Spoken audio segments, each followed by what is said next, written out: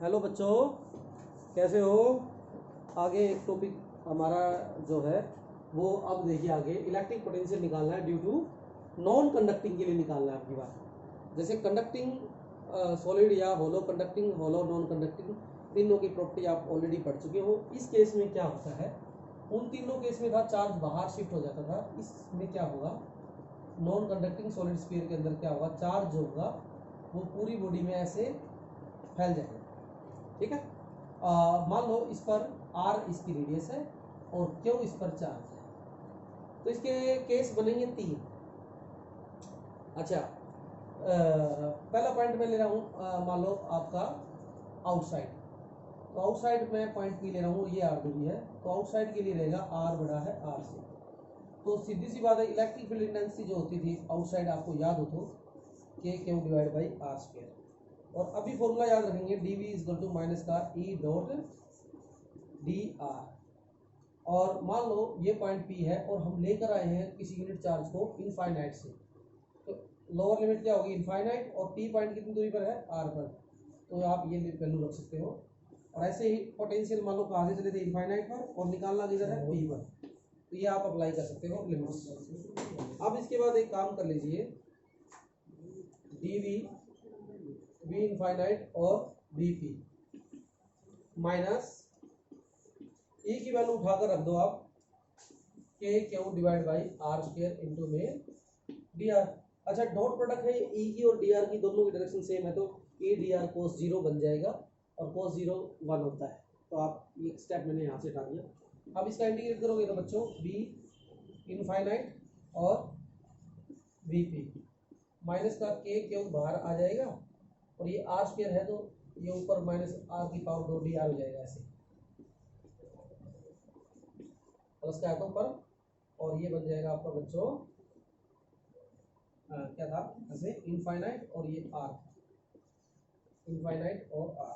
अब अपर लिमिट में से लोअर लिमिट घटा दीजिए ऐसे, माइनस का के क्यू, इसको आप सोल्व करोगे तो minus 2 plus 1 divide by minus 2 plus 1, यानी कि माइनस का 1 बाई आर, इनफाइनाइट और आर।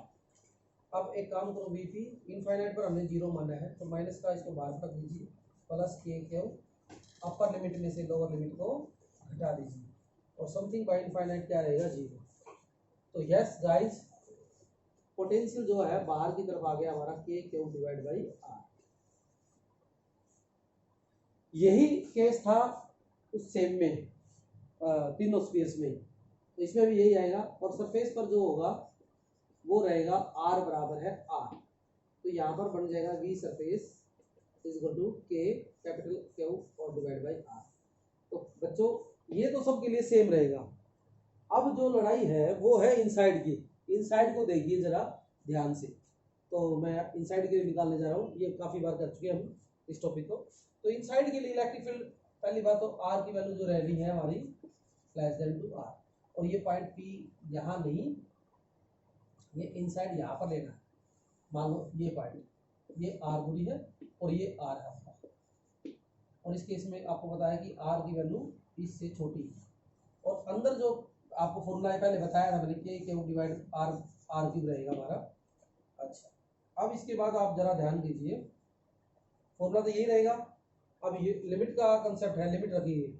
अब मान लो हमने यहाँ से स्टार्ट किया सरफेस से, तो मान लो बी सरफेस, और किधर जाना है, इस पॉइंट पर पी पर, तो सरफेस पर रेडियस रहेगी हमारी आर, और यहाँ पर रहेगी आर, और ये आर इससे छोटी, ये आपको मैंने बता दिया था। अब कुछ नहीं है, अब देखो इसको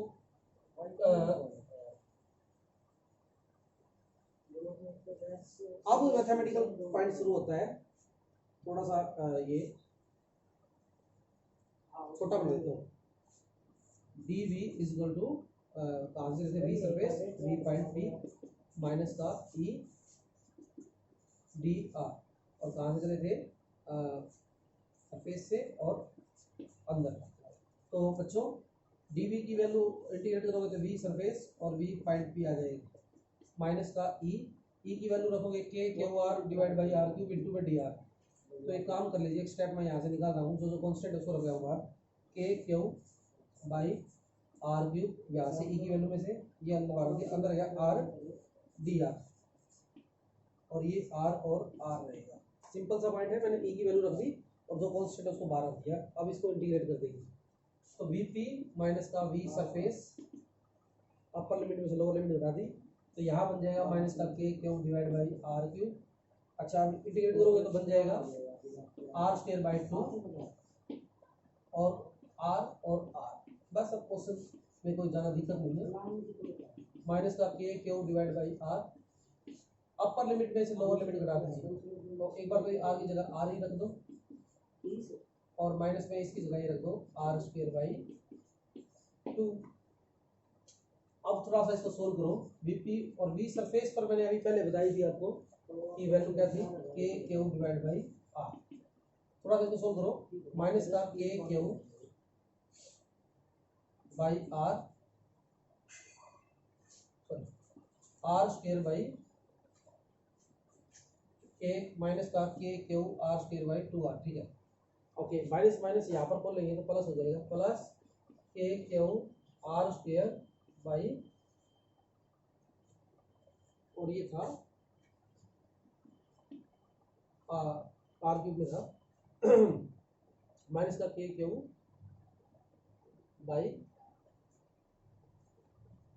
माइनस का K Q by R cube और आर स्क्वायर बाई 2। ठीक है, माइनस माइनस प्लस हो जाएगा तो K Q R square by 2 R cube. Good. अब इसके बाद देखिए वीपी एक काम कर सकते हैं, आर क्यूब दीजिए यहाँ पर, तो एक काम कर सकते हो, ये इससे कैंसिल हो जाएगा तो यहाँ पर बच जाएगा माइनस का K Q R square by 2 R cube. ठीक है, और यहाँ पर बच गया हमारा प्लस के क्यू डिवाइड बाई 2 आर, और ये माइनस का तो उधर जाकर प्लस हो जाएगा के क्यू डिवाइड बाई आर। तो अब क्या करो, इसको सोल्व करोगे, माइनस का K Q R cube divide by 2 sorry R square by 2 R cube, और ये बन जाएगा प्लस 3 बाई 2 के क्यू आर। अब इसको थोड़ा सा और सोल्व कर दो भैया, के क्यू और आर ले लो कॉमन, के क्यू और आर कॉमन ले लिया तो अंदर बच गया 3/2, के क्यू आर कॉमन ले लिया तो यहाँ पर बच गया माइनस का R square by 2 R square. तो ये पॉइंट आपको याद रखना है, ये रहेगा अंदर। ये पॉइंट बड़ा इंपॉर्टेंट है, थोड़ा सा टफ भी है लेकिन मुश्किल नहीं लगेगा कैलकुलेशन में। अच्छा, ये रहेगा इस पॉइंट पर, सरफेस पर आपको समझ में आ गया, आउटसाइड ये आ गया और ये इनसाइड आ गया। चलो एक बार ये ग्रेविटेशनल फील्ड के लिए भी बड़ा इंपॉर्टेंट है, तो मैं थोड़ा सा इसको मिटा रहा हूँ और देखिए थोड़ा सा और देखो। अगर मैं एक बात कहूँ, इस पॉइंट पी को उठाकर मैं इस पर सेंटर पर ले आता हूँ तो एट सेंटर पर निकालता हूँ, एक नया केस ले रहा हूँ, आर की वैल्यू क्या बन जाएगी, 0 बनती तो वीपी क्या बन जाएगा, सेंटर पर तो बन जाएगा 3/2 के क्यू डिवाइड बाई आर। और आपको एक बात और समझ में आ गई, के क्यू बाई आर तो सरफेस होता है, तो ये वैल्यू किसके बराबर आ गई, 3/2 वी सरफेस पर। पोटेंशियल है ये वी, मतलब तो इसका मतलब ये बात समझ में आ गया कि सेंटर पर पोटेंशियल ज्यादा है बजाय की सरफेस से। और यहाँ पर भी आप जरा देखो, इनसाइड वाला केस में क्या है, वी पी जो था डायरेक्ट इक्वल टू माइनस का आर स्क्वायर है, बाकी चीज तो कांस्टेंट है, यानी कि आर जितना जाते जाओगे तो वी की वैल्यू घटती जाएगी। तो इसका मतलब यहाँ पर पोटेंशियल मैक्सिमम, जो जो यहाँ से दूर जाते जाएंगे तो पोटेंशियल घटता जाएगा, फिर यहाँ पर कांस्टेंट, फिर बाहर घट जाएगा। और यही ग्रेविटेशनल फील्ड में भी इस कंसेप्ट को पढ़ते हैं। तो आइए ग्राफ पढ़ते हैं इसके, ये सभी का आपको आना चाहिए। दोबारा से इसको आप पॉज करके दोबारा से इसको पढ़ लेना, आपको समझ में आ जाएगा, कैलकुलेशन ही है ये यहाँ तो। अब देखिए ग्राफ में आप जरा देखोगे, यहाँ पर मैं पोटेंशियल बना रहा हूँ और ये बना रहा हूँ रेडियस, और ये मान लो आर बराबर है आर। तो आप जरा ध्यान करो, पीछे जो पढ़ा था ग्राफ ऐसे पढ़ा था, ऐसे, क्योंकि सेंटर से सरफेस तक पोटेंशियल सेम था, पर इस बार नहीं है ऐसा। इस बार नहीं है, क्योंकि सेंटर पर जो वैल्यू है वो है 3/2 के क्यू डिवाइड बाई आर, और सरफेस पर जो लेंगे अपन ये वैल्यू जो है वो है के क्यू डिवाइड बाई आर। ये सेंटर पर है, ये सरफेस पर है। सरफेस का सेंटर का मतलब बिल्कुल आर की वैल्यू 0, और जब आर बराबर आर ये रहेगा तो इसका मतलब ये वैल्यू क्या कर रही है, थोड़ी सी घट रही है, बोलिए। तो और इसके बाद आपको पता है घट रही है, तो इसका मतलब ये हो गया कि वो उसमें जो बन रहा था कांस्टेंट बन रहा था ग्राफ, पहले वाले में ऐसा बन रहा था कुछ ऐसा, क्योंकि सेंटर से लेकर सरफेस तक जो वैल्यू थी वो पोटेंशियल की सेम थी। फिर ऐसे बन रहा, थोड़ा सा इस ग्राफ को थोड़ा सा आपने ऐसे करना है, तो ये आपको समझ में आ जाना चाहिए।